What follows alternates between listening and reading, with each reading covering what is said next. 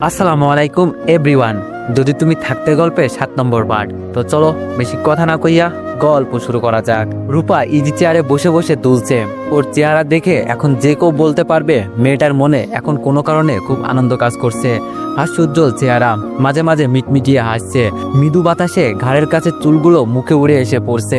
অন্য সময় হলে বোধহয় বিরক্ত বোধ করতো, কিন্তু এখন বাতাসে উড়ে আসা মুখের উপর পড়া চুলগুলো যেন রূপার রোমাঞ্চকর মনে চপলতা বাড়িয়ে দিচ্ছে। বারান্দায় টবে লাগানো ফুলের মৃদ ঘ্রাণ রূপার নাকে লাগছে। সবকিছু এখন রূপার কাছে এখন রোমাঞ্চকর লাগছে। শায়লা বেগম দরজার সামনে দাঁড়িয়ে রূপার দিকে তাকিয়ে আছে।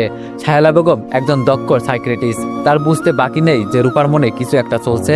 অনেকক্ষণ দরজার সামনে দাঁড়িয়ে রূপার কাণ্ড দেখছে। কি ভেবে এত খুশি আম্মা আপনি? চারিদিকে নীরবতার মাঝে কারো কণ্ঠ শুনে ধরপড়িয়ে ওঠে রূপা। উফ আম্মু তুমি! এভাবে হঠাৎ কেউ এসে কথা বলে। শায়লা বেগম বলল, তুমি যে প্রতিদিন রান্নাঘরে গিয়ে আমায় ভয় দেখানোর ব্যর্থ চেষ্টা করিস। রূপা বলল, তুমি তো ভয় পাও না। শায়লা বেগম আগ্রহী কণ্ঠে বলল, তাই এত রোমাস রোমাস ভাব কেন তোমার মনে? প্রণয়ের কথা মনে পড়ছে বুঝি? মুহূর্তেই মুখটা ফ্যাকাশে হয়ে যায় রূপার। কিছুক্ষণ ছাপের মতো ফুসে থাকে। এই বুঝি সবল দিবে? শায়লা বেগম হেসে বলে, সরি সরি মামুনি, আর বলবো না। রূপা বলল, আর বলবে না, আর বলবে না, প্রতিদিনও তো বলো। শায়লা বেগম হেসে হেসে কথা বলে রূপার রাগ কমানোর চেষ্টা করছে।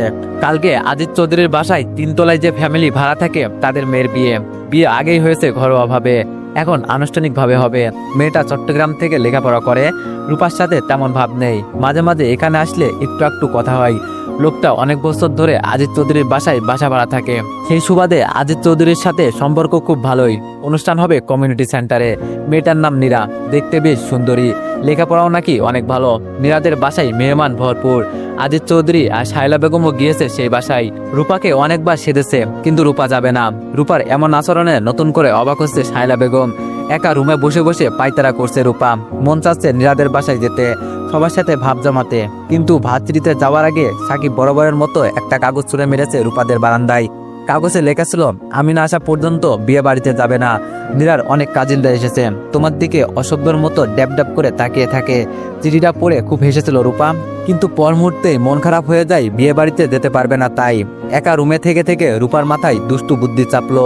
বিল্ডিং এর সবাই কম বেশি বিয়ের আনন্দে ব্যস্ত। রূপা একটা ব্লেড নিয়ে ছাদে চলে গেল।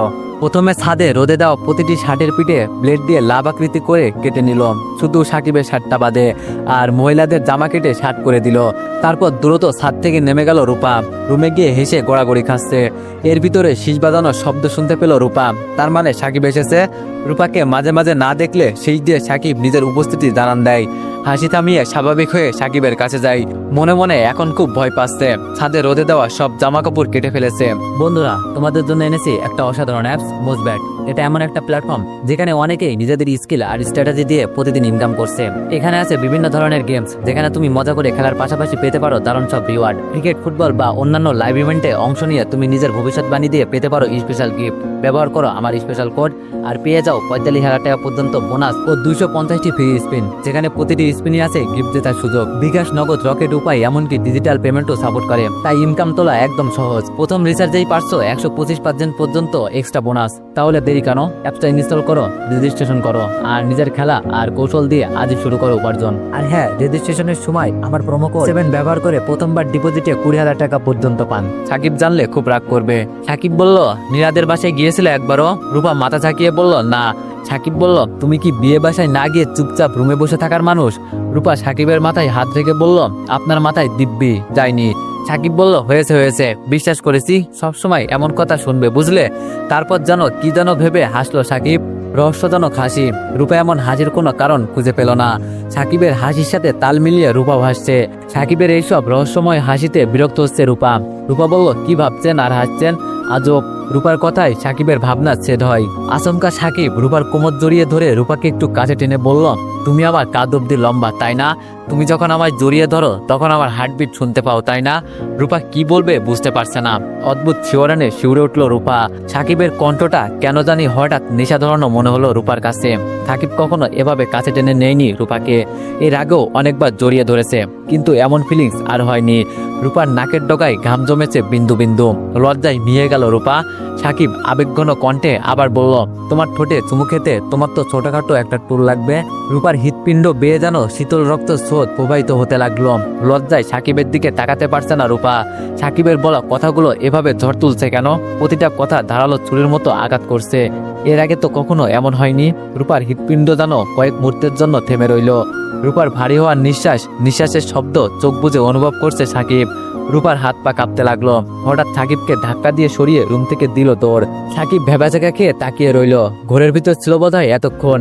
রূপার লজ্জা পাওয়া, নাকের ডোগায় জমা বিন্দু বিন্দু ঘাম, জোরে জোরে নিঃশ্বাস নেওয়া, চোখ বুজে আবার মনে করার চেষ্টা করছে সাকিব।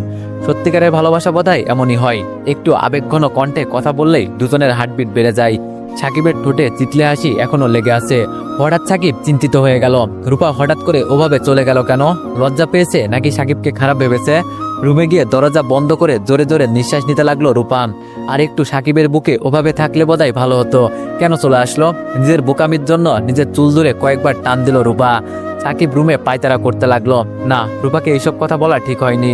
রূপা তো অত ম্যাচিউর মেয়ে না, বাচ্চা টাইপের একটা মেয়ে। ছায়লা আন্টি তো নিরাদের বাসায়। রূপার রুমে গিয়ে একটু খোঁজ নিয়ে আসলে কেমন হয়? রূপা একটা বালিশ জড়িয়ে ধরে বসে রয়েছে আর একা একা কি সব বলে যেন বালিশটাকে সাজাচ্ছে। ইন্টারেস্টিং তো। সাকিব দরজার আড়ালে দাঁড়ালো রূপার কথা শোনার জন্য।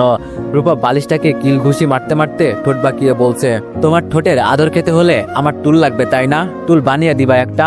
এত কথা কিসের এটা নিয়ে আবার? এই বলে বালিশের উপর এমন ঘুষি মেরেছে বালিশ ছিঁড়ে তুলো বের হয়ে গেছে। সাকিব হা করে তাকিয়ে রইল। রূপার কথা শুনে যেন বিস্ময়ের চূড়ায় পৌঁছে গেল। তেমনি ওর পাগলামি দেখে পেট ফেটে হাসি আসছে। রূপা তুলোগুলো পুনরায় বালিশে ঢুকাতে ঢুকাতে বলল, ইস, তোমার পেটটা ফেটে গেল। পেট ফাটাবো না তো কি করবো বলো? তুমি তো ঠোঁটে চুমু খাওনি। টুল লাগলে 3টা বানাবো, তবুও লম্বা মেয়েদের দিকে তাকাবে না, বুঝলে? যদি তাকাও তাহলে কি করব জানো? এই বলে পুরো বালিশটা টেনে ছিঁড়ে ফেললো। তুলোগুলো পা দিয়ে পিষতে লাগলো। যদি লম্বা মেয়েদের দিকে তাকাও তাহলে এভাবে তোমাকে ছিঁড়ে ফেলবো। মাঝে মাঝে এভাবে দুষ্টু দুষ্টু কথা বলে আমার হার্টবিট বাড়িয়ে দিবে, বুঝলে? রূপার কথা আর পাগলামি দেখে রূপার প্রতি খুব বেশি ভালোবাসা অনুভব করছে। অন্যদিকে আর না এসে পারছে না সাকিব। এবার না এসে থাকলে দম বন্ধ হয়ে সাকিবও বালিশের মতো ফেটে যাবে। হা করে উচ্চস্বরে হেসে উঠল সাকিব। সাকিবের হাসির শব্দে যেন ঘর কাঁপছে। রূপা সাকিবের দিকে তাকিয়ে যথারীতি ভেবাচাকা খেয়ে গেল। সাকিব সব শুনে ফেলেছে। রূপা লজ্জায় ফুলের ভিতর ঢুকে যেতে ইচ্ছা করছে। রূপার লজ্জা পাওয়া হঠাৎ ক্রোধে পরিণত হলো। সাকিবের গায়ে এলোপাতারি কিলঘুষি মারতে মারতে বলল, কুত্তা, শয়তান, বিলাই অন্যের দরজায় লুকিয়ে থাকে। সাকিব কোনো মতে হাসি থামিয়ে বলল, মেরো না, বালিশের মতো ফেটে যাব কিন্তু। রূপা কেঁদেই দিল। রূপা বলল, আপনি এত খারাপ আগে জানিনি। আমায় লজ্জা দিয়ে আপনার ভালো লাগে? সাকিব অনেক কষ্টে হাসি থামিয়ে বলল, সরি, আমার হাসা একদম ঠিক হয়নি। রূপা বলল, হাসছেন আবার বলছেন হাসা ঠিক হয়নি? সাকিব রূপার দিকে কিছুক্ষণ তাকিয়ে রইল। রূপা সাকিবের দিকে তাকালো না, মাথা নিচু করে রইল। সাকিব রূপার কানের কাছে মুখ নিয়ে বলল, লজ্জা পেতে হবে না রূপা বাবুটা।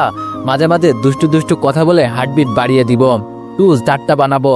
রূপা সাকিবের শার্টের কলার খামচে ধরে বলল, প্লিজ যান এখান থেকে, দেখেন না আমি লজ্জা পাচ্ছি। সাকিব আবার হেসে বলল, আচ্ছা যাচ্ছি।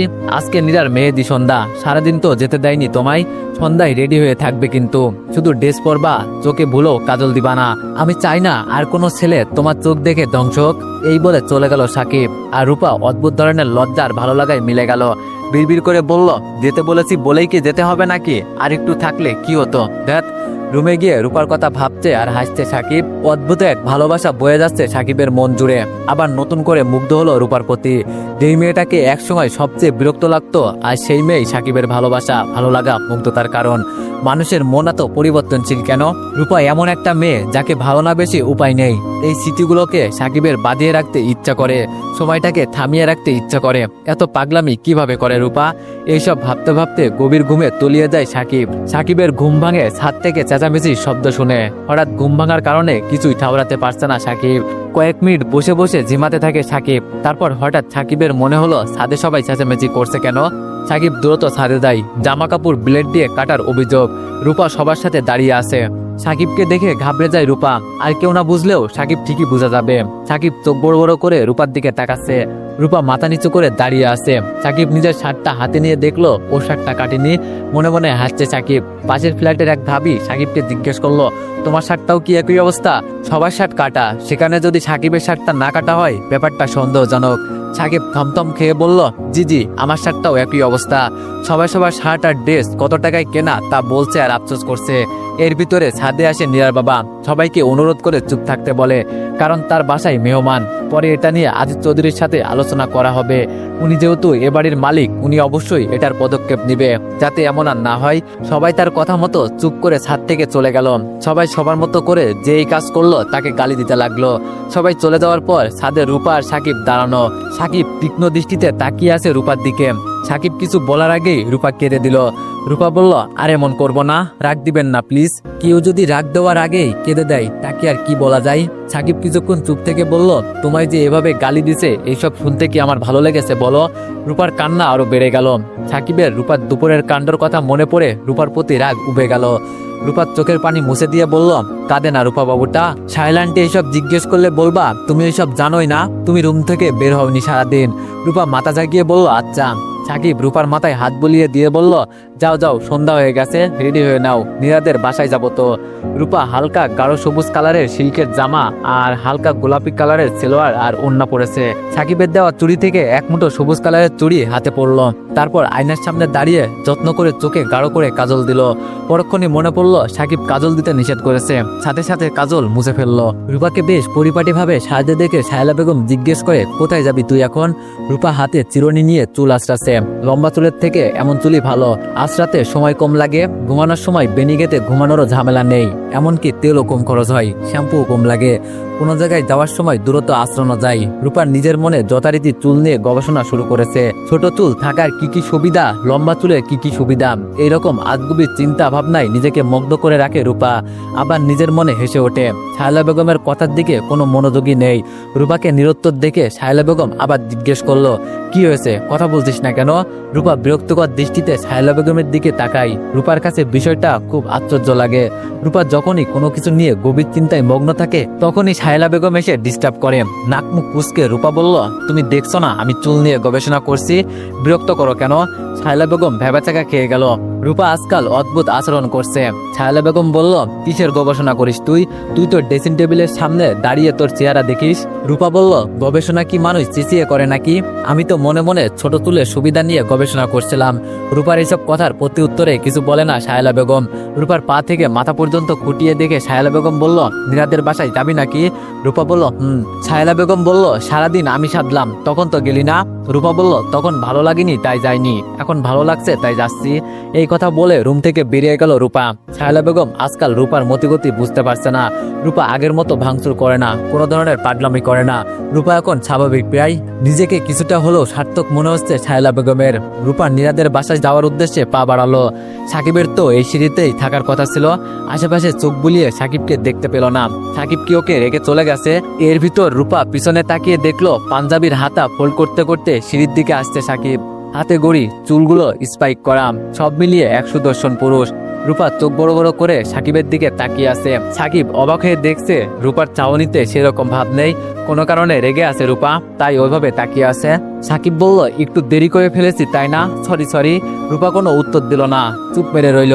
কিছুক্ষণ পর রাগের সাথে চাপা কণ্ঠে রূপা বলল, আমি একটু কাজল দিতে পারবো না, আর নিজে হিরো সেজে এসেছে। আপনার দিকে মেয়েরা ড্যাব ড্যাব করে তাকিয়ে থাকবে, এটা আমার ভালো লাগবে তাই না?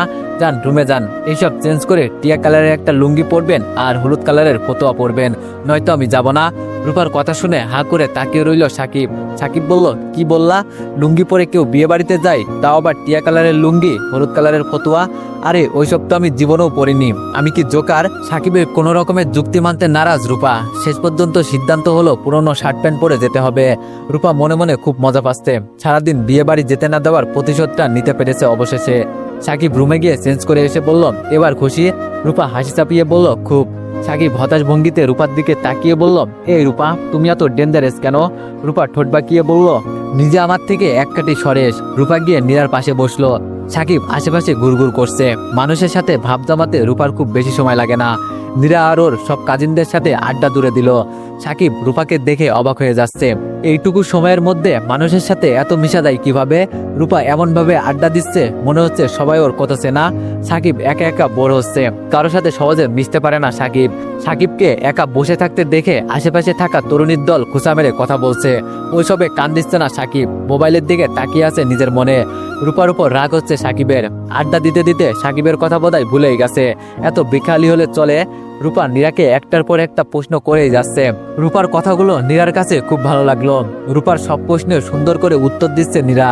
রূপা বলল, নীরা আপু, তোমার মতো আমার যদি আজ বিয়ে হতো তাহলে আমি লজ্জায় কারোর সাথে কথাই বলতাম না। নীরা বলল, আমার বিয়ে আরো 1 বছর আগে হয়েছে, লজ্জায় কেটে গেছে বুঝলে। রূপা বিস্মিত হয়ে বলল, বলো কি, তো আবার বিয়ে করছো কেন? নীরা প্রশ্নের উত্তর দেওয়ার আগে শায়লা বেগম ডাক দেয় রূপাকে। রূপা বরাবরের মতো বিরক্ত হয়ে শায়লা বেগমের কথা শুনতে যায়। রূপা চলে যাওয়ার পরই নীরার খালাতো বোন অন্তরা নীরাকে জিজ্ঞেস করে, এতক্ষণ যেই মেয়েটা চলে গেল ওই মেয়েটা কি এই বাসায় থাকে? অন্তরার প্রশ্নের উত্তরে নীরা বলে, কেন, চিনিস নাকি? মেয়েটাকে খুব ভালো লাগে আমার কাছে, অনেক সুন্দর করে কথা বলে, কেমন কেমন পিচ্চি পিচ্চি টাইপ। নীরার কথা শুনে উচ্চস্বরে হেসে দিল অন্তরা। অন্তরার অকারণে হাসিতে বিরক্ত হলো নীরা। নীরা বলল, অতটা হাসছিস কেন? অন্তরা হাসি থামিয়ে বলল, ওই মেয়েকে দেখতে পিচ্চি, আসলে পিচ্চি না, তোরার আমার একবার সিনিয়র। নীরা ভ্যাবাচাকা খেয়ে গেল। নীরা বলল, বলিস কি? আমি তো ভাবছি হাই স্কুলের গন্ডি পার করতে পারিনি এখনো। নীরার কথা শুনে আবারও হেসে উঠল অন্তরা। অন্তরা বলল, সররূপা আপু আর আমি একই মেডিকেলে পড়ি, হেভি ট্যালেন্ট, নাচ জ্ঞান সবকিছুতেই পাক্কা। আমার সাথে আগে মাঝে মাঝে দেখা হতো, কিন্তু তেমন পরিচয় নেই। নীরা অবাক কণ্ঠে বলল, সররূপা? অন্তরা বলল, হ্যাঁ হ্যাঁ, হিন্দু, সররূপা থেকে রূপা আর কি। রূপার সম্পর্কে এমন চঞ্চলকর তথ্য শুনে কেন জানি খুব বেশি অবাক হচ্ছে নীরা। বেশি অবাক হয় রূপা হিন্দু এটা জেনে। হিন্দু মুসলিম এটা কোনো ফ্যাক্ট না, কিন্তু নীরা ভেবেছিল রূপা মুসলিম। এবার নীরা হেসে বলে, ইস, আমি কি পিচ্চি ভেবেছি। অন্তরা বলল, আর উনার গানের গলা শোনার মতো, অনুষ্ঠানে সবসময় গান করতো, তাই ভালো করে চিনি, নামটাও চমৎকার, সররূপা রঞ্জন রায়। নীরা বলল, আমি তো এখানে থাকি না, চট্টগ্রামেই থাকা পড়ে, মাঝে মাঝে আসলে দেখা হতো, তাই অত কিছু জানি না। এর ভিতরে হাতে মেহেদি নিয়ে হাসতে হাসতে নীরার কাছে এসে রূপা বসলো। রূপাকে দেখে রূপার সম্পর্কে আলোচনা সমাপ্তি ঘটে। রূপা বলল, অবশেষে তোমার মেহেদি লাগানোর দায়িত্বটা আমার কাঁধেই চাপলো, টেনশন করো না, ভালোই মেহেদি দিতে পারি। রূপার কোনো খোঁজ না পেয়ে হতাশে বসে রইল সাকিব। রূপা যে রুমে আছে সেখানে সব মেয়ে মানুষ, সেখানে এখন না যাওয়াই ভালো। একটু আগে জানালা দিয়ে উকি দিতে গেছে, তা নিয়েও সাকিবকে কথা বলতে ছাড়েনি রুমের বাইরে দাঁড়িয়ে থাকা মেয়েগুলো। মেয়েদের প্রবলেম কি বোঝে না। সাকিব একটু চুপচাপ টাইপের ছেলে, দেখলেই খোঁচা দিয়ে কথা বলতে থাকে। এর ভিতরে একটা পিচ্চি মেয়েকে দেখে ডাক দেয় সাকিব। বিয়ের আনন্দে মত্ত মেয়েটা, তাই সাকিবের ডাকে একটু বিরক্ত হয়। মেয়েটার বয়স বোধহয় 5-6 বছর হবে। 2 হাত ভরা আচার, চকলেট, কিটকাট এ জাতীয় খাবার। মেয়েটা সাকিবের কাছে এসে ঝাঁঝালো কণ্ঠে বলল, কেন ডেকেছেন? সাকিব বলল, এভাবে কথা বলো কেন? ভয় পাই তো আমি। সাকিবের কথা বলার ভঙ্গি দেখে পিচ্চিটা হেসে দেয়। তারপর কি যেন মনে করে সাকিবের পাশে চেয়ার টেনে বসলো। সাকিবের দিকে একটা কিটকাট বাড়িয়ে বলল, খাবেন? এই পিচ্চি মেয়ের আবার কোনো মতলব নাই তো। প্রথমে ঝাঁঝালো কণ্ঠে কথা বলল, এখন আবার পাশে চেয়ারে বসলো, আবার কিটকাট ছাদে। সাকিব কিটকাটটা নিল, তারপর হাসি মুখে জিজ্ঞেস করলো, তোমার নাম কি? মেয়েটি বলল, লোজা। পিচ্চির সামনে দাঁতগুলো নেই, তাই রোজাকে লোজা বলল। সাকিব হাসি চাপিয়ে বলল, যেই রুমে সব মেয়েরা আড্ডা দেয় আর কি, যেই রুমে বসে নীরা হাতে মেহেদি লাগায়, ওই রুমে গিয়ে বলবে রূপাকে। যদি রূপা নামে কেউ থাকে তাহলে বলবে আমি ডাকছি। রোজা ঘাড় বাঁকিয়ে বলল, আচ্ছা যাচ্ছি। অনেকক্ষণ হয়ে গেল, রূপারও দেখা নেই, রোজারও দেখা নেই। একটু পর রোজা এসে বলল, উনি নীলা আপুর হাতে মেহেদি লাগাচ্ছে, একটু পরে আসবে। রোজার কথা শুনে এবার হেসে দিল সাকিব। অন্যদিকে রূপাকে না দেখে মেজাজ খারাপ হচ্ছে। অবশেষে দেখা মিলল রূপার। রূপা কাছে আসতেই সাকিব রূপার হাত ধরে টেনে আড়ালে নিয়ে গেল। সাকিব বলল, আমার কথা মনে পড়েনি আপনার একবারও, তাই না? রূপা ইতস্তত বোধ করে বলল, গালি দিয়েন না প্লিজ, সবার হাতে মেহেদি লাগাচ্ছিলাম, আসবো কিভাবে? সাকিব একটু রেগে কথা বললেই কেঁদে দেয় রূপা। সাকিব বলল, হয়েছে, আর কাঁদতে হবে না, তুমি হাতে মেহেদি লাগাওনি কেন? রূপা বলল, আমার ভালো লাগেনি তাই। সাকিব বলল, ভালো লাগাতে হবে, এক্ষুনি তোমার মেহেদি কিনে এনে দিচ্ছি। রূপা বলল, ওখানে মেহেদি আছে তো? সাকিব বলল, ওখানে মেহেদি থাকলে কি আমি কিনে দিব, সেটা হাতে দিবা? রূপাকে আর কিছু বলার সুযোগ না দিয়ে মেহেদি কিনে নিয়ে আসে সাকিব। রূপার হাতে দিয়ে বলে, রুমে গিয়ে 2 হাত ভরে মেহেদি লাগাবে, আর রাত জাগা যাবে না, চলো এখন। রূপার যেতে ইচ্ছা করছে না, এখানে ভালোই লাগছিল। সাকিবের কথা না মেনে উপায় নেই। সাকিব বলল, তুমি যে এত স্কিল মেহেদি ডিজাইনার আগে জানা ছিল না তো? হেসে দেয় রূপা। রাতে হাতে মেহেদি লাগিয়ে ঘুমিয়ে যায় রূপা। সকালে ঘুম থেকে উঠে চোখ ছানাবড়া হয়ে যায় রূপার। পুরো হাত লেপ্টে আছে মেহেদিতে, এমনকি বিছানার চাদরও।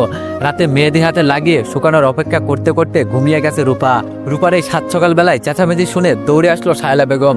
শায়লা বেগম বলল, কি হয়েছে, কি হয়েছে, চেঁচাচ্ছিস কেন? কি আবার অঘটন ঘটালি? রূপা বলল, দেখো আম্মু, হাতের অবস্থা দেখো, আজ আমি বিয়ের অনুষ্ঠানে যাব কিভাবে? চাদর বালিশ সব নষ্ট হয়েছে। শায়লা বেগম কিছুক্ষণ তাকিয়ে থেকে বলল, বিছানার চাদর আর বালিশ নিয়ে তোর চিন্তা করতে হবে না।